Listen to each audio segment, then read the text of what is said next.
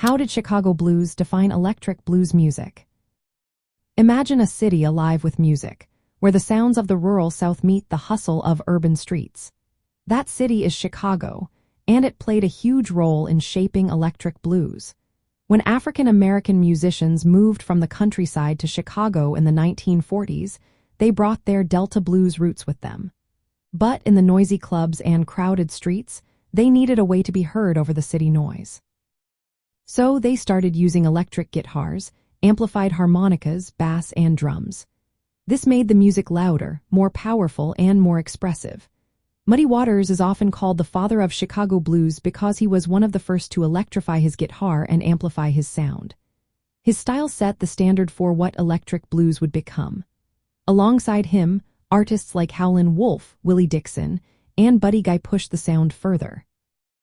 They focused on electric guitar solos, strong rhythmic backbeats, and vocals full of emotion. The band became the main setup, replacing solo performances with full, lively arrangements.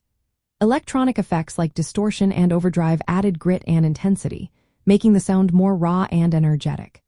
Chicago blues created a new template that mixed traditional blues scales and chord progressions with modern amplification and bend arrangements. This style influenced not just blues but also early rock and roll and jazz. It introduced new textures and rhythms that excited audiences worldwide.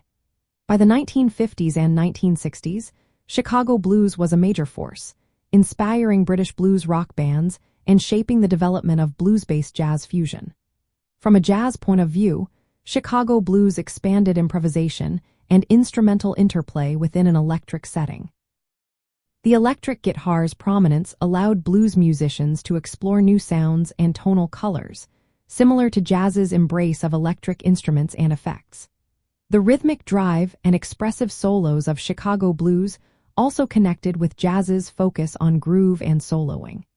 This blend of styles helped jazz musicians incorporate blues elements into their own improvisations and compositions.